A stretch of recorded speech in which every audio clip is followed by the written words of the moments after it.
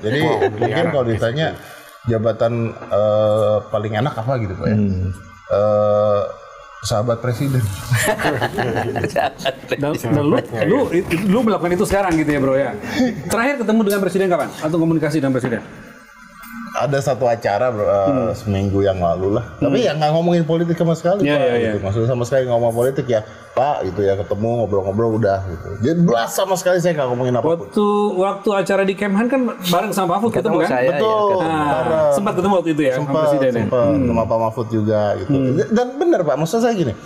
Ini jujur saya waktu itu Pak Mahfud berapa kali nolong saya. Yang ada kasus-kasus tersebut kan Pak Mahfud yang nolong. Lebih enak jadi sahabat Pak Mahfud kan? Jelas gitu. Tapi ya? kan bisa merangkap. Misalnya jadi pejabat, jadi sahabat saya kan bisa dirangkap. Yes. Tetapi pertimbangan tadi memang lebih rasional ya. Oke guys, assalamualaikum warahmatullahi wabarakatuh. Kembali lagi di channel Gambas LJ. Ini ada video lagi lanjutan dari yang di kemarin guys, yaitu Om Deddy Corbuzier dan juga Prof Mahfud MD guys. Kali ini membahas yang tidak kalah seru guys, karena membahas tentang menteri, ada apa dan mengapa ini guys. Di channel Prof Mahfud ini membahas tentang menteri atau kementerian di channel ini. Kita gas diskusi singkatnya. Menarik. Kita lanjut ya Pak. Ayo, sisa 2 bro. Ya. Lu bisa tahu nggak yang mana gua suka, yang gua yang mana gua naksir nih? Kenapa jadi tantangan ya? Kayaknya dia lebih suka yang hoax. Iya. Nggak, gua suka yang lain, bukan. Udah gua ngomong dia rubah. Supaya kelihatan bahwa gua bisa membuat dia keliru gitu.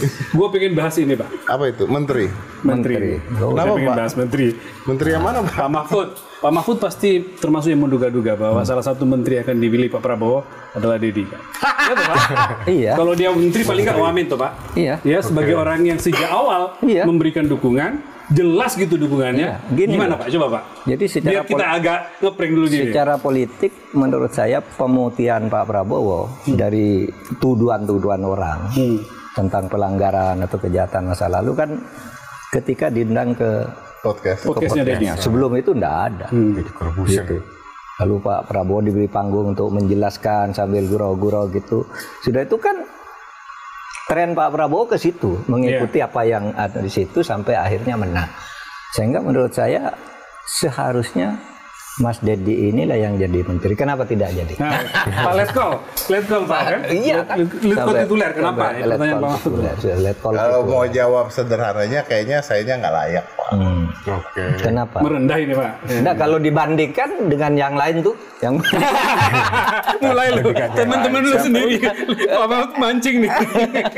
Bandingin sama teman-teman lu sendiri. Akhirnya ditanyain itu. Anda merasa tidak layak dalam standar ideal. Tapi dalam faktanya itu banyak yang lain jauh intelektualitasnya, jauh pengalamannya, jauh gitu loh. Iya, gimana? Saya merasakan apa yang orang rasakan sekarang. Ya benar juga ya Pak ya, nggak layak kapasitasnya siapa gitu. Iya makanya. Oke. Gimana? Saya sadar diri Pak gitu. Mungkin yang lain tidak sadar diri Pak gitu. Tapi gini.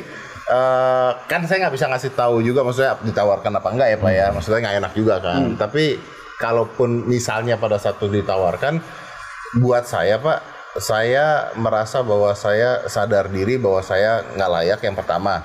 Yang kedua Pak, saya masih mau bisa ngobrol-ngobrol begini-begini. Saya masih pingin bisa ngomong, anak yang pulang jam 2, emang Anda layak ditampar Anda gitu Pak. Kalau jadi menteri nggak mungkin ya? Ya kan nggak mungkin ya, kalau saya jadi menteri saya ngomong begitu kan habis saya langsung hari itu juga habis gitu kan. Saya punya media yang besar yang menurut saya bisa untuk membantu lebih Pak. Kayak ketika saya di Kemhan kan saya bisa bantu podcastnya waktu itu, saya bisa bantu media sosialnya. Nah itu cocok. Jadi mungkin kalau misalnya ada kementerian medsos gitu, cocok. Mungkin saya bisa bantu Pak. Tapi ada digital ya? Ada. Komdigi. Komunikasi dan digital. Wah, coba kalau saya yang jadi Pak. Hari pertama masuk dah. Judol. Langsung berurusan sama Budi Ari. Waduh. Untung nggak ya? Tapi waktu itu Pak sempat diskusi sama keluarga juga sama apa. Kalau misalnya gitu ya kan, ya saya nggak bisa ngomong panjang lah. Tapi kalau misalnya ini apakah kita mau gitu? Kesimpulannya enggak, Pak. Gitu ya. Karena salah satunya adalah saya nggak bisa jadi diri saya sendiri. Nggak bisa jadi diri saya sendiri. Maaf gua potong, bukan karena lu merasa lu tidak maksimal memberikan dukungan ketika Pilpres atau apa? Bukan itu ya? Sehingga nggak dipilih, bukan ya? Oh maksimal. Maksimal banget, itu clear. Makanya memang clear ya harusnya dia. Maksimal. Cuman gini bro, maksud gua gimana ya? Saya kan masih membantu Pak Syafri di Kementerian Pertahanan. Oke. Masih. Karena Menhannya masih Pak Syafri ya, makanya lu lanjut. Itu pun kan ada batasan-batasan, Pak. Contohnya misalnya kalau lagi tugas berseragam, saya nggak boleh kelihatan megang rokok aja udah nggak boleh kan, Pak. Iya. Kelihatan hal-hal gitu aja udah nggak boleh. Jadi ada batasan-batasannya. Nah, tapi kan di Kementerian Pertahanan tugas saya memberikan seminar tentang bela negara. Oke.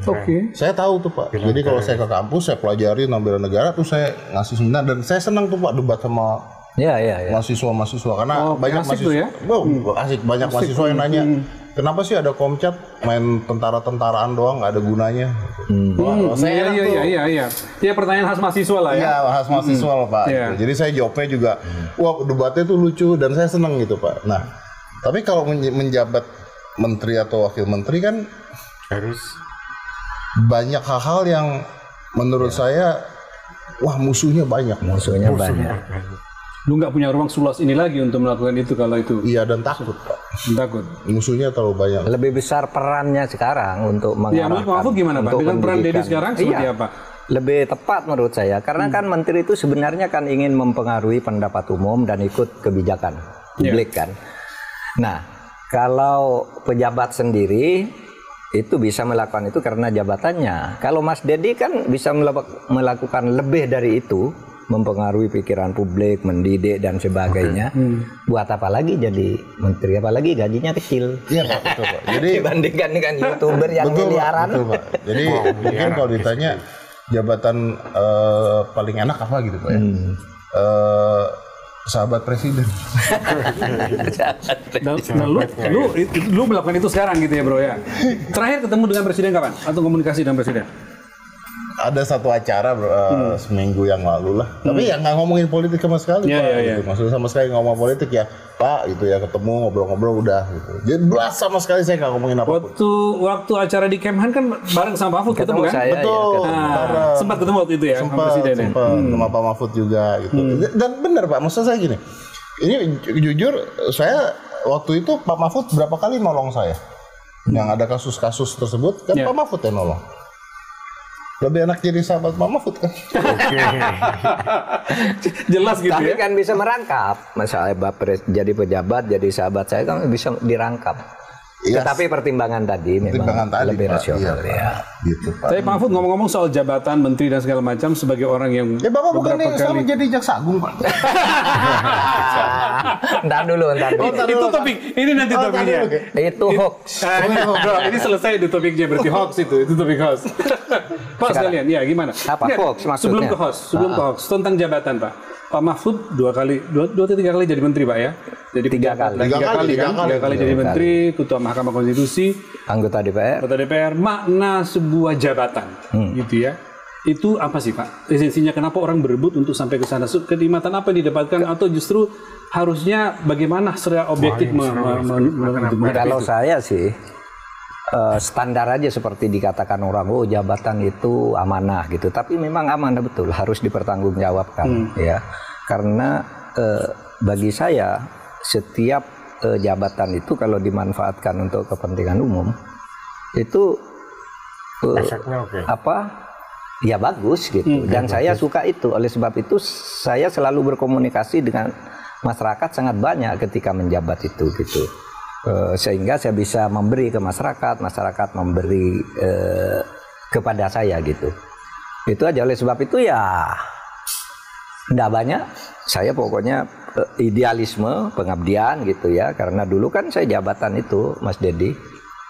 Nggak pernah membayangkan gitu bisa jadi menteri, tiba-tiba Gus Dur jadi presiden, saya dipanggil suruh jadi menteri kan gitu. Wah, bilang habis itu ya Mengalir, Pak. mengalir betul. Tapi Pak, saya saya mengalir potong boleh, aja. Pak? Gimana dengan quotes yang mengatakan bahwa kan Bapak mendapatkan jabatan? Ya, Oke. Ada quotes yang terkenal mengatakan bahwa power tends to corrupt. Ya. Absolute power corrupt absolutely. iya. Nah, godaan-godaan itu kan saya mengatakan godaan begini, Pak. Pertama, godaan untuk sewenang-wenang, mau korupsi waktu, korupsi dana, macam-macam, Pak. Iya, iya. Nah, ini kan ada dua hal, Pak. Bapak tergiur korupsi, atau Bapak harus diem ketika ada orang yang korup gitu. Ini kan dua-duanya tidak menyenangkan, Pak. Iya, iya, iya. Iya benar. Oh, kalau saya Gimana Pak itu? enggak, saya mempunyai iya karena memang saya mungkin dididik untuk meyakini apa-apa yang diajarkan oleh agama. Nah, oleh sebab itu agama itu mengajarkan kalau Anda punya jabatan harus amanah. Amanah itu bertanggung jawab, jujur. Karena apa? Kalau di dalam agama dikatakan, ingat loh, apapun yang kamu perbuat itu akan ada akibatnya. Kalau kamu buatnya baik, nanti balasannya baik. Jalan hidupmu itu ajaran gitu. Dan saya sendiri merasa berangkat dari orang kecil gitu, sehingga saya tahu betapa kebutuhan rakyat itu ya di bidang pendidikan ini, di bidang ekonomi ini, di bidang keadilan ini. Dan saya merasa apa yang diberikan oleh negara sebagai fasilitas untuk jabatan itu sudah lebih dari cukup ya, sudah lebih dari cukup bagi saya, sehingga saya tinggalan aja melaksanakan tugas dengan baik. Dan saya takut pada akibat. Nah, itu Pak. Takut pada akibat karena gini di dalam Al-Qur'an itu ada dalil gini, fanzuru kaifa kana akibatul mukadzibin. Lihatlah dalam sejarah masa lampau itu ada akibat-akibat bagi orang yang bohong, ada akibat buruk bagi orang yang dolim, ada akibat buruk bagi orang yang ingkar, ada akibat baik bagi orang yang berlaku baik, dan seterusnya. Nah, hukum sebab akibat dari perbuatan itu sangat mempengaruhi saya, sehingga ketika saya akan berbuat jelek itu, ini pengaruhnya tidak bagus bagi saya. Mungkin anak saya nanti yang kena, mungkin keluarga saya, mungkin gitu, karma. Nah, saya selalu dituntun oleh bayangan itu. Takutlah saya melakukan itu, takutlah saya sewenang-wenang. Kadang-kala bukan takut, malu lah mau sewenang-wenang. Siapa nih saya ini kok mau sewenang-wenang? Apa bedanya saya dengan orang itu? Kadang-kala berpikir itu, dan ada batasnya soalnya. Iya kan? Kan misalnya saya menjabat paling 5 tahun, iya kan? 5 tahun. Sudah 5 tahun mau apa kan?